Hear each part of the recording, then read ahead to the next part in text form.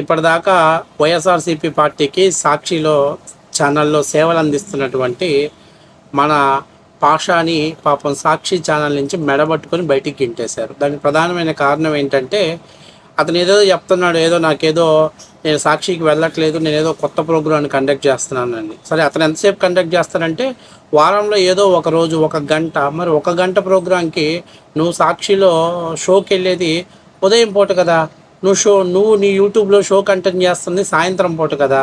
మరి ఏంటి తేడా? 6 to 7 అని చెప్పాడు. మరి ఏంటి తేడా అని అంటే, వాస్తవానికి మన ఈ అరకోటు పాషా గారికి సబ్జెక్టు తక్కువ, నాలెడ్జ్ లేదు. ఏదో మీడియా ముందుకెళ్ళి ఆ సాక్షిలో ఇస్తున్న స్క్రిప్ట్ చదివేవాడు. అయితే మొన్న అమరావతిలో ఎపిసోడ్ మీద, అంతకుముందు పట్టదారు పాస్ పుస్తకం మీద మనోడు 20 రూపాయల నోటు మీద గాంధీ బొమ్మ ఉంటే ఆ నోటు నాదా గాంధీదా అని చెప్పినటువంటి విషయం, మనోడు తెలివితేటలు ఏ స్థాయిలో ఉన్నాయో, మనోడు తెలివితేటలని సాక్షి వాళ్ళు ఏ స్థాయిలో ఉపయోగించుకుంటారో వాళ్ళకి అర్థమైపోయి, ఇంకొద్దురా బాబు, నువ్వు మా ఛానల్లో ఫుడ్ వేస్ట్, నీకు మనీ వేస్ట్, దయచేసి నువ్వు మా ఛానల్కి రావద్దు అని చెప్పేసి చెప్పడంతో మనోడు పాపం ఆల్టర్నేట్ లేక ఇంకేం చెప్పాలో అర్థం కాక, అంటే సాక్షి నుంచి మెడబట్టి బయటికి గెంటేశారని చెప్పలేక మనోడు ఇప్పుడు ఒక వీడియో చేశాడు. అద్భుతంగా పర్ఫార్మెన్స్ చేశాడు. సరే, ఒకసారి మనం ఆ వీడియో చూసే ముందు ఫస్ట్ టైం మీరు మన ఛానల్ చూస్తే సబ్స్క్రైబ్ చేస్తారని మనస్ఫూర్తిగా కోరుకుంటున్నా.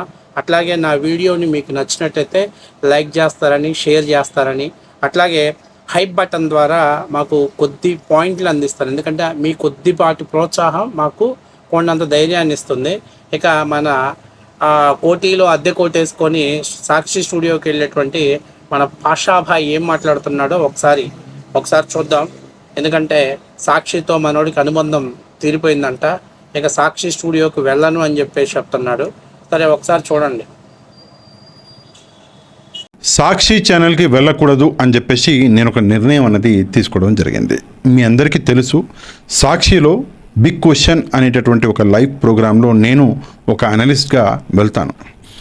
వారంలో ఒక రోజు లేక 2 రోజులు యాజ్ అనలిస్ట్గా నేను ఈ ప్రోగ్రామ్ అనేది అటెండ్ అవుతాను. కాకపోతే ఇప్పుడు ఈ ప్రోగ్రామ్కి వెళ్ళకూడదు అన్నటువంటి నిర్ణయం తీసుకున్నాను. దీనికి కారణం ఏంటి అంటే, మన ఛానల్లో కంచు కంఠం అని చెప్పేసి నేను ఒక ప్రోగ్రాం మొదలు పెట్టబోతున్నాను. ఈ ప్రోగ్రాం వచ్చేసి ఈ నెల 27వ తారీఖు నుంచి మొదలవబోతుంది. టైమింగ్ వచ్చేసి సాయంత్రం 7 గంటల నుంచి 8 గంటల వరకు. అదే టైంలో సాక్షిలో బిగ్ క్వశ్చన్ ఉంటుంది కాబట్టి సేమ్ టైంలో నేను 2 చోట్ల ఉండలేను కాబట్టి నేను సాక్షికి వెళ్ళకూడదు అని చెప్పేసి ఒక నిర్ణయం అనేది తీసుకున్నాను. నేను సాక్షికి వెళ్ళట్లేదు అనగానే ఆనందపడే వెధవలు కొంతమంది ఉంటారు, మరికొంతమంది ట్రోలింగ్స్ చేసే సన్నాసులు కూడా ఉంటారు. వీళ్ళందరికీ ఒకటే మాట చెప్పాలి, ఏంటి అంటే, నేను సాక్షికి వెళ్ళకపోవడానికి కారణం అన్నది నేను కొత్తగా మొదలు పెడుతున్నటువంటి ఈ ప్రోగ్రాం కంచు కంఠం, అంతేకాని వేరే కారణాలు ఏమీ లేవు. నేను ఈ ఎక్స్ప్లెనేషన్ అనేది ఇవ్వకపోతే ఎవడికి ఏది తోచినట్టు అది మాట్లాడతారు కాబట్టి ప్రజలకి నిజాలు తెలియాలి అని చెప్పేసి నేను ఈ ఎక్స్ప్లెనేషన్ అనేది ఇస్తున్నాను. మనోడు ఏం చేస్తున్నాడు అంటే, ఇండైరెక్ట్గా సాక్షిలో నుంచి నన్ను మెడబట్టుకొని బయటికి గెంటేశారు. అరే ఎదవా, నీ సేవలు ఇంకా పని లేదు, నువ్వు అద్దె కోట్ వేసుకొని వచ్చి సాక్షి స్టూడియోలోకి వచ్చి 10 మంది భోజనం అంతా దున్నపోతులు తినేస్తా భోజనం తింటాం తప్ప నుంచి, బాడీ పెంచావు తప్ప నుంచి బ్రెయిన్ పెంచలేదు కదా. ఇప్పుడు నీకు సాక్షి స్టూడియోకి రాను పోను ఛార్జీలు, అట్లాగే స్టూడియోలో నీ మెయింటెనెన్స్, అలాగే సాక్షి స్టూడియోలో నువ్వు మాట్లాడేందుకు నీకు పేమెంట్, ఇవన్నీ కూడా బొక్క. ఎందుకంటే నీ దగ్గర సబ్జెక్ట్ లేదు. ఇప్పుడు ఇదేమంటాడు, మామూలుగా బిగ్ క్వశ్చన్ అనేది వారంలో ఒక రోజు వెళ్తాడంటే ఇది. మరి నేను అడిగేది ఏంటంటే 6 to 7 అన్నాడు. సరే, తర్వాత వీడు యూట్యూబ్లో ఒక ప్రోగ్రామ్ని స్టార్ట్ చేశాడు. అదేంటంటే కంచు కంఠం అంట. అది ఎప్పుడు పెట్టుకోవాలనుకున్నాడు? 6 to 7. నేనేమంటున్నానంటే 24 అవర్స్లో సరే ఒక 10 అవర్స్ నిద్రపోతావు, పర్సనల్స్గా పక్కకి వెళ్ళిపోతాయి. మిగిలినటువంటి 14 గంటల్లో ఏ గంట నువ్వు దానికోసం కేటాయించుకోవచ్చు కదా. ప్రతిరోజు కాదుగా, నువ్వు కూడా వారంలో ఒక రోజే కదా కంచు కంఠం ఏదో ఏర్పాటు చేస్తానంటున్నావు. సరే, 6 to 7 ఒకవేళ సాక్షికి నువ్వు వెళ్ళినా మిగిలినటువంటి టయాలు ఉన్నాయి కదా, ఏదో వారంలో ఒక్కరోజే కదా నువ్వు వెళ్ళేది అక్కడికి. అంటే వాస్తవ విషయం ఏంటి అనంటే, మనోడిని సాక్షి నుంచి డిస్మిస్ చేశారు. సాక్షి నుంచి మెడబట్టుకొని బయటికి గెంటేశారు. ఇది బయటికి చెప్పుకోలేక మనోడు ఏదో నేను ఇక సాక్షి స్టూడియోకి వెళ్ళను, ఎందుకంటే నేను ఒక ప్రోగ్రామ్ని కండక్ట్ చేస్తున్నా. అరే నువ్వు ఒక్కడివేనంటారా ప్రోగ్రామ్ని కండక్ట్ చేస్తుంది? చాలామంది చాలా ప్రోగ్రామ్స్ కండక్ట్ చేస్తున్నారు. ఎందుకంటే నిన్ను ఒక వేస్ట్ జర్నలిస్ట్గా ప్రమోట్ చేయడం కోసం వాళ్ళ చెత్త స్క్రిప్ట్ అంతా నీ చేత చదివించారు. అందులో ముఖ్యమైన విషయం ఏంటంటే వాడు చదివినటువంటి చెత్త స్క్రిప్ట్ ఏంటంటే గూగుల్ డేటా సెంటర్ అనేది ఒక గూడెం లాంటిదని చెప్పాడు ఈ గూగులే గాడు.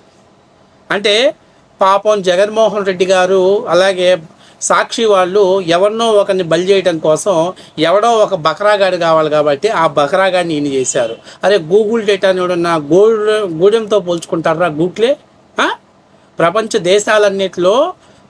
దేశాలన్నీ కూడా పోటీ పడుతుంటే అందులో మన విశాఖపట్నానికి వస్తే దాన్ని జగన్మోహన్ రెడ్డి గారు కూడా మనస్ఫూర్తిగా ఆహ్వానిస్తుంటే అలాంటి గూగుల్ డేటా సెంటర్ని ఒక గూడెం అని చెప్పి నువ్వెంత తెలియగలవాడివో, నువ్వెంత మేధావివో నీ ద్వారా ఆ పదాన్ని చెప్పించుకొని వాళ్ళు రాజకీయ పబ్బం గడుపుకున్నారు. అట్లాగే ఛానల్లో ఒక వాయిస్ అనేది బయటికి వెళ్ళగలిగింది, కానీ ఫలితంగా నిన్ను వీపింగ్ చేసి వెర్రి పుష్పాన్ని చేసి నిన్ను బయటికి పంపించేశాడు. అలాగే సెకండ్ విషయం, భూముల మీద పట్టదారు పాస్ పుస్తకాల మీద జగన్మోహన్ రెడ్డి గారి బొమ్మ. ఈ విషయంలో మనోడు ఎట్లా కంపారిజన్ చేశాడంటే మన పేరుని నాని చెప్పాడు. ఫస్ట్ టైం ఒక నూతన విధానానికి తెరపై తీసుకొచ్చేశాడు జగన్మోహన్ రెడ్డి గారు. ఎప్పుడో బ్రిటిష్ కాలం నాటికి ల్యాండ్లు ఉన్నటువంటి దాన్ని మార్చేసి కొత్తగా తీసుకొచ్చాడు కాబట్టి ఆ నూతన విధానానికి ఆజ్యం పోసినందుకు జగన్మోహన్ రెడ్డి గారు బొమ్మ వేసుకున్నాడు అని చెప్పాడు. సరే ఒప్పో తప్పో ఒక రకంగా అది ఒక కంపారిజబుల్గా ఉంది. వీడేం చెప్తాడు, 20 రూపాయల నోటు మీద గాంధీ గారి బొమ్మ ఉంటే అది గాంధీ గారిది అయిద్దా నాదైద్దా, నా దగ్గర ఉంది కాబట్టి నాదైద్దా అని చెప్తాడు. ఒరే కరెన్సీకి ల్యాండ్కి తేడా తెలియనటువంటి ఆ గూక్లేగా నిన్ను వాడు సాక్షి స్టూడియోలో వాడు ఎలివేషన్స్ వేయటం, నీ కెరియర్ని, నీ మీడియా రంగంలో నీ కెరియర్ని నాశనం చేసిందే ఆ ఈశ్వర్ గాడు తను ఎదగడం కోసం నిన్ను బఫూన్ లెక్కన వాడుకున్నాడు. ఎవడైనా ఒక కంపారిజన్ చేసేటప్పుడు గాంధీ తాతకి జగన్మోహన్ రెడ్డికి పోలిక పెట్టుకుంటాడా? గాంధీ తాతకి జగన్మోహన్ రెడ్డి గారిని పోలిక పెట్టుకుంటారా? అట్లాగే కరెన్సీ నోటుకి ప్రభుత్వం బొమ్మేసినటువంటి పట్టదారు పాస్ పుస్తకానికి ఎంత తేడా ఉంటుంది అంటే ఈ చిన్న లాజిక్ కూడా తెలియకుండా ఎద్దులాగా సాక్షి స్టూడియోలో కంచాలు కూడు పెడితే మింగి ఏదో వాళ్ళు చెప్పినటువంటి స్క్రిప్ట్ అప్పలు చెప్తే ఈరోజు ఏమైంది, వాళ్ళు పబ్బం గడుపుకున్నారు. నిన్ను ఎర్రి పుష్పాన్ని చేసి నీలో ఉన్న రసాన్ని అంతా పిండుకొని పిప్పిని తీసుకెళ్ళి బయటపడేస్తున్నారు. వీడు మళ్ళీ బయటకు వచ్చి నేను వెళ్ళట్లేదు, నువ్వు వెళ్ళట్లేదు కాదు, వాళ్ళు నిన్ను వద్దని చెప్పారు. ఎందుకు, నీ దగ్గర ఏముంది ఇంకా సబ్జెక్టు? అన్ని రకాలుగా నిన్ను జీరోని చేశారు, అన్ని విధాలుగా నిన్ను బఫూన్ని చేశారు, అన్ని రకాలుగా నిన్ను ఎలా వాడుకోవాలో అలా వాడుకున్నారు. ఇక వీడు పనికి రావడంలోనే సాక్షి ఆఫీస్లోంచి డోర్లు క్లోజ్ చేసేసి ఎంట్రీ బోర్డు లేకుండా చేసేసారు. కాబట్టి నేను చెప్పేది ఏంటంటే సాక్షిలో ఇవాళ కొమ్మినేని శ్రీనివాసరావు గారికి అట్లాగే మన గుడ్డి ఈశ్వర్ గారికి వీళ్ళిద్దరి మధ్య టగ్ ఆఫ్ వార్ నడుస్తుంది. సో ఏదో ఒక రోజు కొమ్మినేని మన కర్రి సీనిగాడి మీద ఈ ఈశ్వర్ గాడి విజయం సాధించి ముందంజలోకి రావాలని. మీ అందరికీ తెలుసో తెలియదో కొమ్మినేని శ్రీనివాసరావు అరెస్ట్ అయినప్పుడు ఫస్ట్ ఆనందపడింది సాక్షి ఈశ్వర్ గాడు. ఎందుకో తెలుసా, కేఎస్ఆర్ లైవ్ షోని మనోడు కండక్ట్ చేశాడు కాబట్టి వాడు ఎప్పుటాంచో అదును కోసం చూసుకుంటున్నాడు. మన ఈశ్వరు తేనె పూసిన కత్తి లాంటోడు, ఎవరిని ఎలా వాడుకోవాలి, ఎవరిని ఎట్లాగా రాజకీయంగా బుక్కా పకీర్లు చేయాలి అనేది మన ఈశ్వర గారికి బాగా వెనతో పెట్టినటువంటి విద్య. ఈడేమో ఎగేసుకుంటా వెళ్ళి ఈశ్వరన్న నువ్వు బాగా సాంగులు పడతావు, నువ్వు బాగా మంచి సింగర్వి అని చెప్పి వాడి కింద జాకీలు వేస్తున్నాడు. వాడుకున్నంత వరకు వాడుకున్నాడు. ఇక రిపోర్ట్ ఇచ్చారనమాట, సార్ పలానా పాషాగాడు అనేవాడు మనకు పనికిరాడు, ఆడలో ఉన్న చెరుకు పిప్పు అంతా పిండేశాను, రసం పిండేశాను, ఉత్త పిప్పి ఉంది, ఇంకెందుకు సార్ మన స్టూడియోలో తీసుకొచ్చి మన డస్ట్ క్రియేట్ చేయటం, తోసేయండి సార్ బయటికి అని చెప్పారు. సో వాళ్ళు ఇండైరెక్ట్గా అరే పాషాబాయ్ ఇక నువ్వు పనికి రావురా పక్కకు బొమ్మని చెప్పేసి తోసేశారు. నువ్వు దాన్ని కవర్ చేయడానికి నేను ఒక మాట అడుగుతున్నా, నువ్వేం పెద్ద పొలిటికల్ అనలిస్ట్ ఏం కాదు, నిన్ను ఎవడు అడిగాడు? నువ్వు వెళ్ళినా వెళ్ళకపోయినా అసలు ఎవడు అడగడు. నువ్వు నాకు తెలిసినటువంటి సాక్షి స్టూడియోలో నాకు తెలిసి ఒక 8 నెలలు 9 నెలల నుంచి పని చేస్తున్నావు, వీటికి వెళ్తున్నావు. అలాంటిది నువ్వు సడన్గా మానేసిన ఇప్పుడు అడగడు. స్పెసిఫిక్గా నువ్వు ట్విట్టర్లోను అలాగే యూట్యూబ్లోను వీడియో పెట్టి నేను రేపటి నుంచి సాక్షి స్టూడియోకి వెళ్ళట్లేదు, నేను ఒక కంచు కంఠం అనే ప్రోగ్రాం ఏర్పాటు చేశాను. ఇవన్నీ ఎందుకన్నా ఇవన్నీ వాళ్ళకి అవసరం ఉన్నంత వరకు వాడుకున్నారు, అవసరం అయిపోయినాక ఇసిరి అవతల పడేశారు.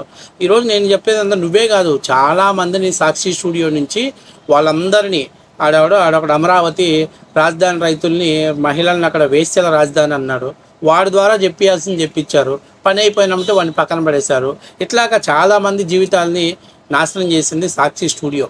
వాళ్ళ రాజకీయ అవసరాల కోసం, వాళ్ళ స్వార్థ రాజకీయం కోసం మీ చేత తప్పుడు మాట్లాడించి మీ దగ్గర సబ్జెక్ట్ ఉన్న ఈరోజు మీరు చూడండి, ఒకప్పుడు ఈశ్వర్ మాట్లాడితే ఒక అద్భుతమైనటువంటి జర్నలిస్ట్ అతని దగ్గర ఉన్నాడు. కానీ ఈరోజు ఏంటి, భజన భజన భజన, జగన్మోహన్ రెడ్డి గారు వీరుడు, జగన్మోహన్ రెడ్డి గారు సూర్యుడు, జగన్మోహన్ రెడ్డి గారు మొగాడు, జగన్మోహన్ రెడ్డి వెళ్తే ఢిల్లీ గడగడలాడిది, ఇవన్నీ రాసే క్వశ్చన్ పేపర్ లెక్కన బట్టి రాసేది, సబ్జెక్ట్ ఏమి ఉండదు.